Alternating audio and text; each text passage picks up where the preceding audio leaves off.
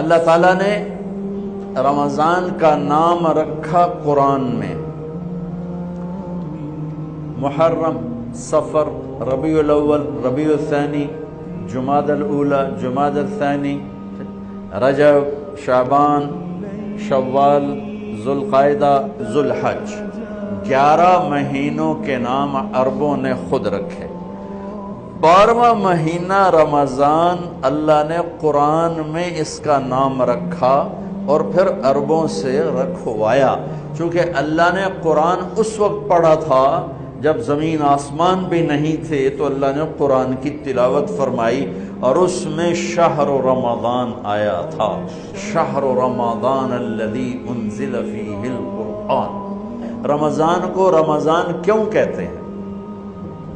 رمضان کا مطلب ہے جل جانا۔ کس چیز کا جل جانا؟ صلاۃ الاوابین حین ترمز الفصال، نیک لوگ ایک نماز پڑھتے ہیں کب؟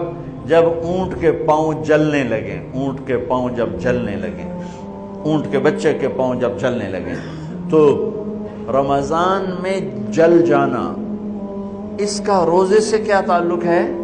اس کا روزے سے تعلق یہ ہے کہ 360 دن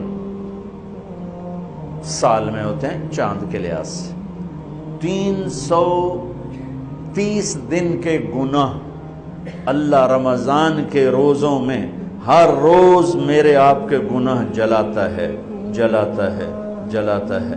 بھوک لگتی ہے، ایک آگ بنتی ہے، پیاس لگتی ہے، ایک آگ بنتی ہے، تو ہمارے لکڑی کی آگ میں چیزیں جلتی ہیں اور ہماری بھوک، روزے کی بھوک کی آگ میں گناہ جلتے ہیں، اور 29ویں روزے اللہ سارے سال کے گناہوں کو جلا کے روزہ والا یا روزے والی کو ایسے پاک کر دیتا ہے جیسے آج ماں کے پیٹ سے نکلا ہو۔